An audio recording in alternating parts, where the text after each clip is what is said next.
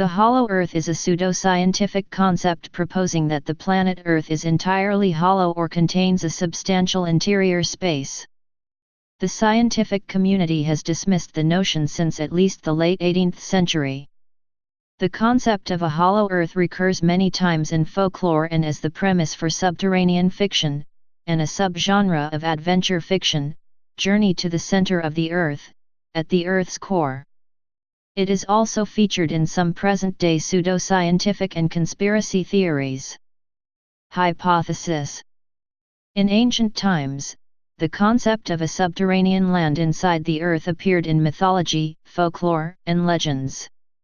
The idea of subterranean realms seemed arguable, and became intertwined with the concept of places of origin or afterlife, such as the Greek underworld, the Nordic Svartalfheimr, the Christian Hell, and the Jewish Sheol, with details describing inner earth in Kabbalistic literature, such as the Zohar and Hizd el Avraham. The idea of a subterranean realm is also mentioned in Tibetan Buddhism belief. According to one story, there is an ancient city called Shambhala which is located inside the earth. According to the ancient Greeks, there were caverns under the surface which were entrances leading to the underworld, some of which were the caverns at Tenaron in Laconia, at Troezen in Argolis, at Ephia in Thesprotia, at Heraclea in Pontos, and in Ermioni. In Thracian and Dacian legends, it is said that there are underground chambers occupied by an ancient god called Zalmoxis. In Mesopotamian religion there is a story of a man who, after traveling through the darkness of a tunnel in the mountain of Mashu, entered a subterranean garden. In Celtic mythology there is a legend of a cave called Cruachan, also known as Ireland's Gate to Hell, a mythical and ancient cave from which according to legend strange creatures would emerge and be seen on the surface of the earth. There are also stories of medieval knights and saints who went on pilgrimages to a cave located in Station Island, County Donegal in Ireland, where they made journeys inside the earth into a place of purgatory. In County Down, Northern Ireland there is a myth which says tunnels lead to the land of the subterranean Tuatha De Danann, a group of people who are believed to have introduced Druidism to Ireland, and then went back underground. In Hindu mythology, the underworld is referred to as Patala. In the Hindu epic Ramayana, it has been depicted how Rama and Lakshmana were taken by the king of the underworld Ahiravan, brother of the demon king Ravana. Later on they were rescued by Hanuman. The Angami Naga tribes of India claim that their ancestors emerged in ancient times from a subterranean land inside the earth. The Taino from Cuba believe their ancestors emerged in ancient times from two caves in a mountain underground. Natives of the Trobriand Islands believe that their ancestors had come from a subterranean land through a cavern hole called Obucula. Mexican folklore also tells of a cave in a mountain 5 miles south of Ojinaga, and that Mexico is possessed by devilish creatures who came from inside the earth. In the Middle Ages, an ancient German myth held that some mountains located between Eisenach and Jin, Germany hold a portal to the inner earth. A Russian legend says the Samoyeds, an ancient Siberian tribe, traveled to an underground cavern city to live inside the earth. In Native American mythology, it is said that the ancestors of the Mandan people in ancient times emerged from a subterranean land through a cave at the north side of the Missouri River. There is also a tale about a tunnel in the San Carlos Apache Indian Reservation in Arizona near Cedar Creek which is said to lead inside the earth to a land inhabited by a mysterious tribe. It is also the belief of the tribes of the Iroquois that their ancient ancestors emerged from a subterranean world inside the earth. The elders of the Hopi people believe that a Sipapu entrance in the Grand Canyon exists which leads to the underworld. Brazilian Indians, who live alongside the Paraíba River in Brazil, claim that their forefathers emerged in ancient times from an underground land, and that many of their ancestors still remained inside the earth. Ancestors of the Inca supposedly came from underground caves which are located east of Cuzco, Peru. 17th and 18th centuries. Edmund Halley in 1692 put forth the idea of Earth consisting of a hollow shell about 800 kilometers, 500 miles, thick, two inner concentric shells and an innermost core. Atmospheres separate these shells, and each shell has its own magnetic poles. The spheres rotate at different speeds. Halley proposed this scheme in order to explain anomalous compass readings. He envisaged the atmosphere inside as luminous, and possibly inhabited, and speculated that escaping gas caused the aurora borealis. De Camp and Ley have claimed, in their Lands Beyond, that Leonhard Euler also proposed a hollow Earth idea, getting rid of multiple shells and postulating an interior Sun 1000 kilometers, 620 miles, across to provide light to advanced inner Earth civilizations, but they provide no references. Indeed, Euler did not propose a hollow Earth, but there is a slightly related thought experiment. De Camp and Ley also claim that Sir John Leslie expanded on Euler's idea, suggesting two central suns named Pluto and Proserpine. This was unrelated to the planet Pluto, which was discovered and named a century later. Leslie did propose a hollow Earth in his 1829 Elements of Natural Philosophy, pages 449–53, but does not mention interior suns. Jules Verne alludes to the Pluto-Proserpine theory, which he attributes to an English captain, in Journey to the Center of the Earth. L. E. Clerk Milford in 1781 led a journey with hundreds of Creek Indians to a series of caverns near the Red River above the junction of the Mississippi River. According to Milford, the original Creek Indian ancestors are believed to have emerged out to the surface of the earth in ancient times from the caverns. Milford also claimed the caverns they saw could easily contain 15,000–20,000 families. 19th century.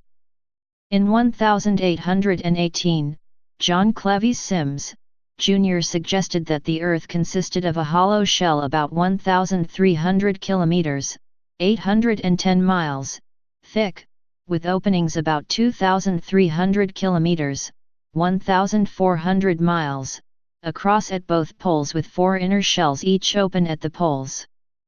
Sims became the most famous of the early hollow Earth proponents, and Hamilton, Ohio, even has a monument to him and his ideas.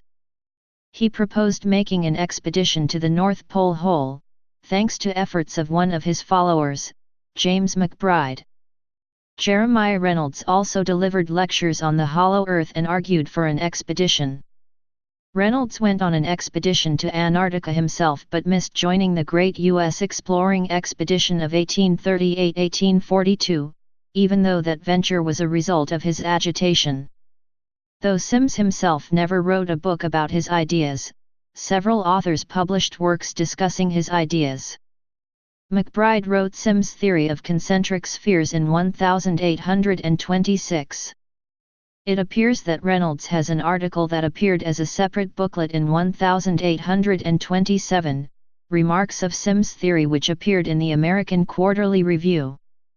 In 1868, a Professor W. F. Lyons published The Hollow Globe, which put forth a Sims-like hollow Earth hypothesis, but failed to mention Sims himself. Sims's son Americus then published the Sims theory of concentric spheres in 1878 to set the record straight.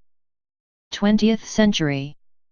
Nequa, or The Problem of the Ages, first serialized in a newspaper printed in Topeka, Kansas in 1900 and considered an early feminist utopian novel, mentions John Clavies Sims' theory as an explanation for the hollow Earth they sail into. An early 20th century proponent of hollow Earth, William Reed, wrote Phantom of the Poles in 1906. He supported the idea of a hollow Earth, but without interior shells or inner sun. The spiritualist writer Walburga, Lady Paget, in her book Colloquies with an Unseen Friend, 1907, was an early writer to mention the hollow Earth hypothesis. She claimed that cities exist beneath a desert, which is where the people of Atlantis moved. She said an entrance to the subterranean kingdom will be discovered in the 21st century. William Fairfield Warren, in his book Paradise Found the Cradle of the Human Race at the North Pole, presented his belief that humanity originated on a continent in the Arctic called Hyperborea. This influenced some early Hollow Earth proponents. According to Marshall Gardner, both the Eskimo and Mongolian peoples had come from the interior of the Earth through an entrance at the North Pole. Marshall Gardner wrote A Journey to the Earth's Interior in 1913 and published an expanded edition in 1920. He placed an interior sun in the Earth and built a working model of the hollow Earth which he patented, U.S. Patent 1,096,102. Gardner made no mention of Reed, but did criticize Sims for his ideas. Around the same time, Vladimir Obruchev wrote a novel titled Plutonia, in which the hollow Earth possessed an inner sun and was inhabited by prehistoric species. The interior was connected with the surface by an opening in the Arctic. The explorer Ferdinand Ossendowski wrote a book in 1922 titled Beasts, Men, and Gods. Ossendowski said he was told about a subterranean kingdom that exists inside the Earth. It was known to Buddhists as Agardi. George Pappas-Havili in his Anything Can Happen, 1940, claimed the discovery in the Caucasus Mountains of a cavern containing human skeletons with heads as big as bushel baskets and an ancient tunnel leading to the center of the Earth. One man entered the tunnel and never returned. Novelist Lobsang Rampa in his book The Cave of the Ancients said an underground chamber system exists beneath the Himalayas of Tibet, filled with ancient machinery, records, and treasure. Michael Grumley, a cryptozoologist, has linked Bigfoot and other hominid cryptids to ancient tunnel systems underground. According to the ancient astronaut writer Peter Colosimo, a robot was seen entering a subterranean tunnel below a monastery in Mongolia. Colosimo also claimed a light was seen from underground in Azerbaijan. Colosimo and other ancient astronaut writers such as Robert Charroux linked these activities to UFOs. A book by a Dr. Raymond Bernard which appeared in 1964, The Hollow Earth, exemplifies the idea of UFOs coming from inside the Earth, and adds the idea that the Ring Nebula proves the existence of hollow worlds, as well as speculation on the fate of Atlantis and the origin of flying saucers. An article by Martin Gardner revealed that Walter Siegmeister used the pseudonym Bernard, but not until the 1989 publishing of Walter Kaftan Minkel's Subterranean Worlds, 100,000 Years of Dragons, Dwarfs, the Dead, Lost Races and UFOs from Inside the Earth did the full story of Bernard/Siegmeister become well known. The science fiction pulp magazine Amazing Stories promoted one such idea from 1945 to 1949 as the Shaver Mystery. The magazine's editor, Ray Palmer, ran a series of stories by Richard Sharp Shaver, claiming that a superior prehistoric race had built a honeycomb of caves in the earth, and that their degenerate descendants, known as Dero, live there still, using the fantastic machines abandoned by the ancient races to torment those of us living on the surface. As one characteristic of this torment, Shaver described voices that purportedly came from no explainable source. Thousands of readers wrote to affirm that they, too, had heard the fiendish voices from inside the earth. The writer David Hatcher Childress authored Lost Continents and the Hollow Earth, 1998, in which he reprinted the stories of Palmer and defended the Hollow Earth idea based on alleged tunnel systems beneath South America and Central Asia. Hollow Earth proponents have claimed a number of different locations for the entrances which lead inside the Earth. Other than the North and South Poles, entrances in locations which have been cited include Paris in France, Staffordshire in England, Montreal in Canada, Hangzhou in China, and the Amazon rainforest. Some writers have proposed building megastructures that have some similarities to a hollow Earth. See Dyson sphere, globus cassis. Concave hollow Earths. Instead of saying that humans live on the outside surface of a hollow planet, sometimes called a convex hollow Earth hypothesis, some have claimed humans live on the inside surface of a hollow spherical world. so that our universe itself lies in that world's interior. This has been called the concave hollow Earth hypothesis or skycentrism. Cyrus Teed, a doctor from upstate New York, proposed such a concave hollow Earth in 1869, calling his scheme cellular cosmogony. Teed founded a group called the Khorassan Unity based on this notion, which he called Khorasanite. The main colony survives as a preserved Florida State Historic Site, at Estero, Florida, but all of Teed's followers have now died. Teed's followers claim to have experimentally verified the concavity of the Earth's curvature, through surveys of the Florida coastline making use of rectilineator equipment. Several 20th-century German writers, including Peter Bender, Johannes Lang, Karl Neupert, and Fritz Braut, published works advocating the hollow Earth hypothesis, or Hohlwelttheorie. It has even been reported, although apparently without historical documentation, that Adolf Hitler was influenced by concave hollow Earth ideas and sent an expedition in an unsuccessful attempt to spy on the British fleet by pointing infrared cameras up at the sky. The Egyptian mathematician Mustafa Abdelkader wrote several scholarly papers working out a detailed mapping of the concave Earth model. In one chapter of his book On the Wild Side, 1992, Martin Gardner discusses the hollow Earth model articulated by Abdelkader. According to Gardner, this hypothesis posits that light rays travel in circular paths, and slow as they approach the center of the spherical star-filled cavern. No energy can reach the center of the cavern, which corresponds to no point a finite distance away from Earth in the widely accepted scientific cosmology. A drill, Gardner says, would lengthen as it traveled away from the cavern and eventually pass through the point at infinity corresponding to the center of the Earth in the widely accepted scientific cosmology. Supposedly no experiment can distinguish between the two cosmologies. Gardner notes that most mathematicians believe that an inside-out universe, with properly adjusted physical laws, is empirically irrefutable. Gardner rejects the concave hollow Earth hypothesis on the basis of Occam's razor. Purportedly verifiable hypotheses of a concave hollow Earth need to be distinguished from a thought experiment which defines a coordinate transformation such that the interior of the Earth becomes exterior and the exterior becomes interior. For example, in spherical coordinates, let radius r go to r2/r where r is the Earth's radius. The transformation entails corresponding changes to the forms of physical laws. This is not a hypothesis but an illustration of the fact that any description of the physical world can be equivalently expressed in more than one way. Contrary evidence. Seismic. The picture of the structure of the Earth that has been arrived at through the study of seismic waves is quite different from the hollow Earth hypothesis. The time it takes for seismic waves to travel through and around the Earth directly contradicts a hollow sphere.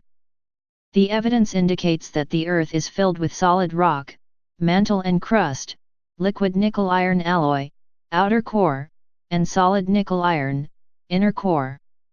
Gravity.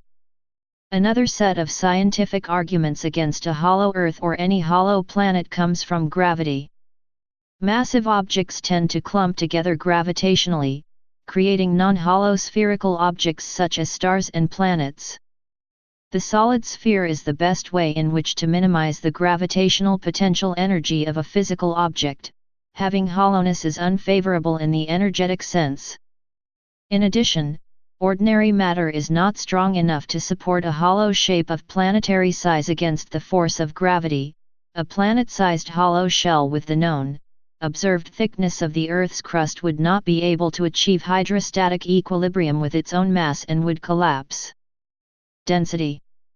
Based upon the size of the Earth and the force of gravity on its surface, the average density of the planet Earth is 5.515 g/cm3, and typical densities of surface rocks are only half that, about 2.75 g/cm3.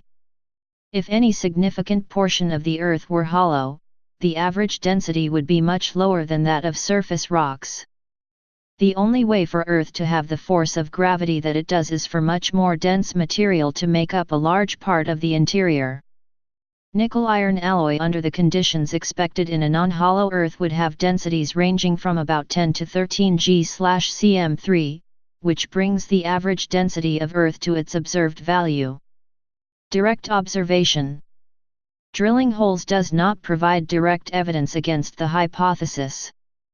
The deepest hole drilled to date is the Kola super-deep borehole, with a true vertical drill depth of more than 7.5 miles, 12 kilometers. However, scientists estimate that the distance to the center of the Earth is nearly 4,000 miles, 6,400 kilometers. Oil wells with longer depths are not vertical wells. The total depths quoted are measured depth, MD, or equivalently, a long hole depth, AHD, as these wells are deviated to horizontal. Their true vertical depth, TVD, are typically less than 4,000 m. In fiction, the idea of a hollow Earth is a common element of fiction, appearing as early as Ludwig Holberg's 1741 novel Nikolai Klim's Iter Subterraneum, Niels Klim's Underground Travels, in which Nikolai Klim falls through a cave while spelunking and spends several years living on a smaller globe both within and the inside of the outer shell. Other notable pre-20th century examples include Giacomo Casanova's 1788 Icosamaran, a 5-volume, 1,800-page story of a brother and sister who fall into the earth and discover the subterranean utopia of the Megamicraes, a race of multicolored, hermaphroditic dwarves, Simsonia, A Voyage of Discovery by a Captain Adam Seaborn, 1820, which reflected the ideas of John Clevy's Sims, Jr., Edgar Allan Poe's 1838 novel The Narrative of Arthur Gordon Pym of Nantucket, Jules Verne's 1864 novel Journey to the Center of the Earth, which described a prehistoric subterranean world, and George Sand's 1864 novel Laura, Voyage dans le Crystal, where unseen and giant crystals could be found in the interior of the Earth. In William Henry Hudson's 1887 romance, A Crystal Age, the protagonist falls down a hill into a utopian, asexual, pastoral paradise. Since he falls into this world, it is sometimes classified as a hollow Earth story, although the hero himself thinks he may have traveled forward in time by millennia. The idea was used by Edgar Rice Burroughs, the creator of Tarzan, in the 7-novel Pellucidar series, beginning with At the Earth's Core, 1914. Using a mechanical drill, his heroes discover a prehistoric world, called Pellucidar, 500 miles below the surface, that is lit by an inner sun. The 1915 novel Plutonia by Vladimir Obruchev uses the concept of the hollow Earth to take the reader through various geological epochs. In recent decades, the idea has become a staple of the science fiction and adventure genres, appearing in print, in film, notably as the premise for the creatures in Kong, Skull Island, on television programs such as Sanctuary, where Hollow Earth formed the core of the story arcs of the 3rd and 4th seasons, in comics, in role-playing games, such as the Hollow World campaign set for Dungeons & Dragons, in video games like Gears of War, where humans live on an Earth-like planet with a mostly hollow interior, and in many animated works, such as Torin's Passage, where the hero must travel to the lands below to rescue his family. Please subscribe and thanks for watching.